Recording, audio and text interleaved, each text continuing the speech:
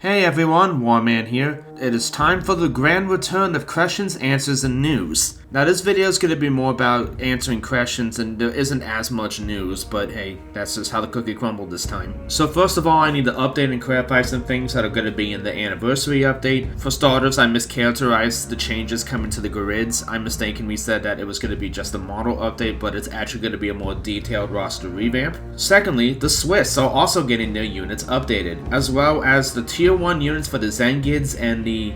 You think I would know how to pronounce the name of these guys, but no, I don't, so I'm just gonna have it on screen. These guys too. Now, as for when the next update is coming, I'm still reluctant to give a release date, but it's definitely gonna be in the spring, guys. Hopefully we'll be able to give a release date very soon, it's just a matter of locking stuff in. And once we know for sure, we're gonna announce that, of course. Content is gonna pick up as we get closer to the release date. There's gonna be a proper trailer, there's gonna be a more detailed changelog. We're gonna be showing off all the units and rosters that are gonna be updated. Things are always happening behind the scenes, even if we don't talk about it too much here. Before we get to answering questions, I just want to show off a couple things real quick. Like, here is the latest progress with the Russian region units, and here is a glimpse of some changes we're making to Iran to make it less inexplicable desert. Again, it's a side effect of the expanded campaign map that we're making changes like this. Now let's get to the questions. I tried to address as many as I could. Hopefully this will cover all the most important stuff. Let's get warmed up with some quicker ones first. Can you add conquistadors to the mod? Nope, that's the 1500s, and thus it is beyond the mod's time span. As a reminder, our mod goes from 1212 to 1500, so anything after that can't be in it. That also applies to stuff like Zweihanders and stuff like the Swiss Guard. If people want 16th century stuff, I would highly recommend this particular submod here. Why there isn't Spanish units, there's a lot of good looking assets here, so perhaps this can satisfy that itch for you. Is there going to be a way to play with another player with all the features? This person's talking about the scripts, I believe. Sadly enough, scripts aren't doable for multiplayer campaigns because the scripts are just simply too complex. Can we get a China or Ming dynasty faction for custom battles? No.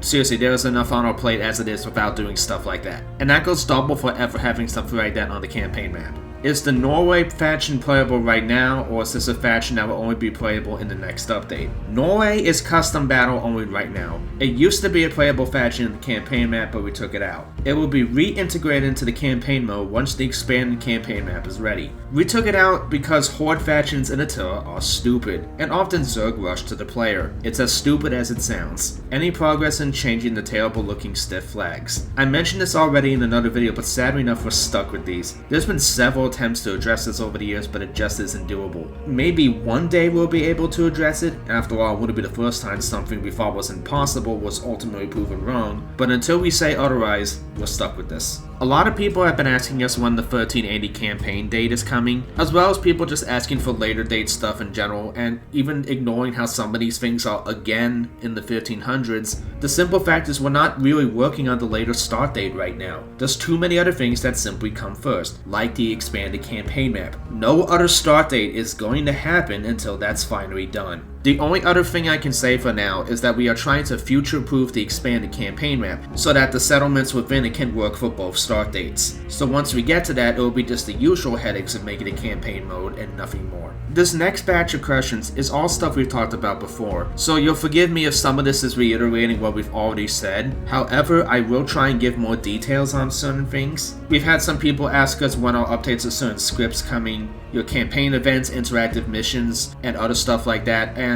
the only thing I can say about that kind of stuff is that it's on our to-do list, it's something we're working on, it's planned. We don't really have any other further details we can give at this time. When will the settlements be updated, like with medieval walls or at least castle battles?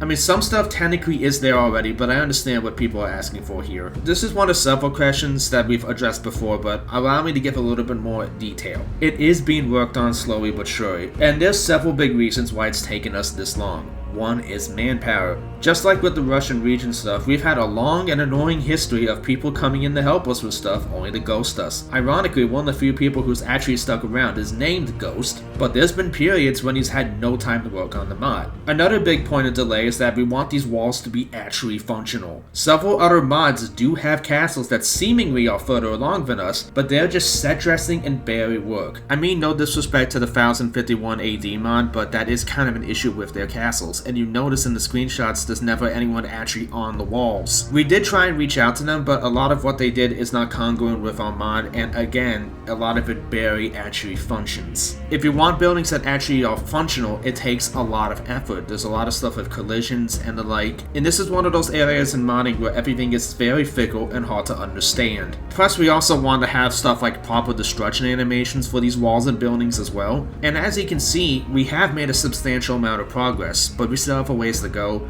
Most notably, corner pieces still need some work done. Also, making new maps with these assets takes time, because map making in Total War is a very difficult prospect, as I said. It's an incredibly difficult thing to do, and there's not that many modders that have the patience for it, and most of them work for Donruss days. However, we do have people working on map stuff here as well. Again, it just takes time. We've also had some questions about naval units. Just like the settlement stuff, it's being worked on slowly but surely. Relative to some of the other things, however, it is comparatively closer. Sort of. A lot of the ship models across all 3 tiers are completed, but there's so much more that needs to be done. Just like with the map stuff, it's frustratingly complicated and not well understood. And just like with the building stuff, we want to make sure we get the collisions right, the positionings right for where people are. Custom sails are also basically impossible, and this was a major sticking point because we were trying to figure that out. Now, apparently a lot can be done with just modifying existing sails, because that's what Donruss Days did, and we've been meaning to reach out to them to figure out how they did that. We also recognize that we might just be overthinking this, and vanilla sails might just work fine for now. And furthermore, I do have some good news. While the tier 2 and tier 3 naval units are still a long way off, the tier 1 naval units are actually surprisingly close to being ready. The only thing that these units need is database stuff, which compared to the other stuff is relatively simple. It's just finding the time to do it. While I don't want to give a release date for when that stuff's going to be ready, it is comparatively soon. Now, we've gotten a lot of questions asking us about faction updates. We've gotten requests for, I think, probably about half the factions that are currently in the mod. Just like everything else, the main thing I can say is that it's on the agenda. We just simply don't have the manpower to be everywhere at once. I want to talk a little bit about how we go about updating our rosters, because the mileage varies over what factions need. Some factions need more significant roster restructuring, some just need their appearances updated with the new assets. Oftentimes, the new models that are created for one faction or region can also benefit another. For example, the Byzantine factions have a lot of Italian equipment in their later tiers, which logically can benefit the Italian factions too, albeit with some slight texture changes. But the thing is, we still need someone to go over and do that work. That's why we got Fancy Illuminator in on this, since his submod does a lot of that work already. So we figured it would be better to just give him that task for the mod proper, building upon his work to give those factions the much needed love. Now, unfortunately, many of the regions that are going to be covered in the anniversary update, like the Italians, like the Zengids, yeah, we're eventually gonna have to go back to them again, because these regions need new models. Not a ton, mind you, but they still need new models. So as we saw, a lot of this is kind of done in phases. We really don't have that many dedicated modelers right now, and we'd rather put them to work on factions that simply need that love more. Overall, when it comes to faction work, right now our main priority are factions that don't have any rosters at all. Many of the other factions people are requesting, stuff like the Seljuks, the Balkans, the various Eastern factions, they at least have complete rosters. Compare this to Ireland or Novgorod or some of the Arabian factions that literally have nothing. Now, there is some being worked on other factions, but these are factions that are related to the regions being focused on and just simply need revamps much more. Like Scotland is in dire need of a revamp as well as its later tiers. Kievan/Kievan Rus, I don't know what the proper pronunciation would be for that, and I don't want to make this political. Point is, those guys, they need a revamp battery, and they're going to be getting it in tandem with the rest of the region getting its proper rosters. Given the circumstances, I think that's a better use for our time. People want to see this mod completed. We think that's more important than revamping old factions. In terms of factions that are comparatively more likely to get updates sooner rather than later, I would say Georgia, maybe some more stuff with the Zengids in the east, the steppe factions and stuff like the Mongols perhaps. But again, I don't want to say anything definitive there. By the by, if people want to volunteer and help us out with updating rosters, feel free to hit us up on our Discord. We're always looking for fresh blood, and I think updating roster appearances is a great way to wet your feet into modding. Everyone wins. Let's get to the last question I'm going to address today. Have you ever thought of making your own game? This is a question we sometimes get, and I'm also going to use this as an opportunity to explain why we don't have donations for this mod. First of all, people need to low-key stop assuming that if you throw money at us that things would magically go faster. Not everything can be solved with money. But it's not just that. While we've been integrating more and more custom assets into the mod, we still have a substantial amount of stuff on the open source project and other Taleworlds mods. If it ain't broke, don't fix it, right? And one of the few stipulations of those things is you can't make money off them. So out of respect and basic decency,